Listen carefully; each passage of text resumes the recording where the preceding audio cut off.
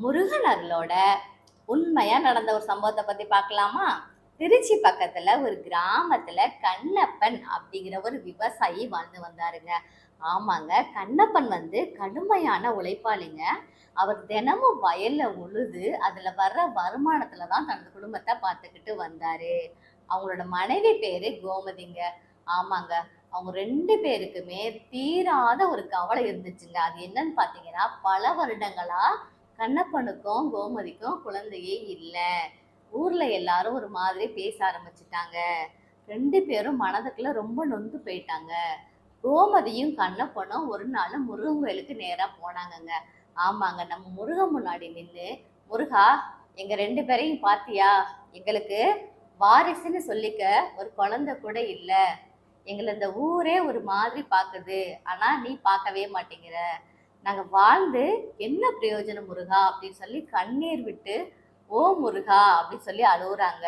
"எங்களுக்கு உன்ன மாதிரியே ஒரு குழந்தையே நீ கொடுக்க மாட்டியா?" அப்படின்னு சொல்லி மறுபடியும் அழுக ஆரம்பிச்சுட்டாங்க. அன்னைக்கு இரவே கண்ணப்பனுக்கு கனவுல முருகன் வராருங்க. என்ன சொன்னாரு அப்படின்னு பாத்தீங்கன்னா, "கண்ணப்பா, நீ தினமும் உழைப்பினும் மனதில் சோகமாக இருக்கிறாய். நாளை காலையில் என் கோவிலுக்கு வா. ஒரு பசுமையான துளசி மாலை அணிந்து என்னை வழிபடு" அப்படின்னு சொல்றாருங்க.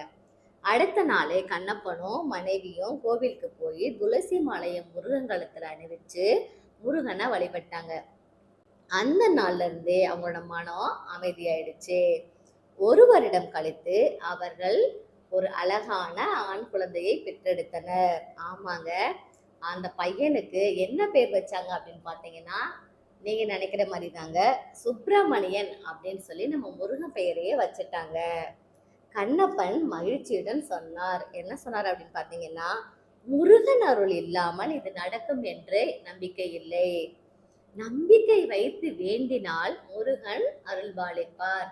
ஆமாங்க, முருகன் மேல முழு நம்பிக்கை வச்சு நம்ம வேண்டணும்னா அவர் அருள் கண்டிப்பா கிடைக்கும். ஓம் முருகா! இந்த வீடியோ உங்களுக்கு பிடிச்சிருந்துச்சுன்னா மறக்காம லைக் பண்ணுங்க.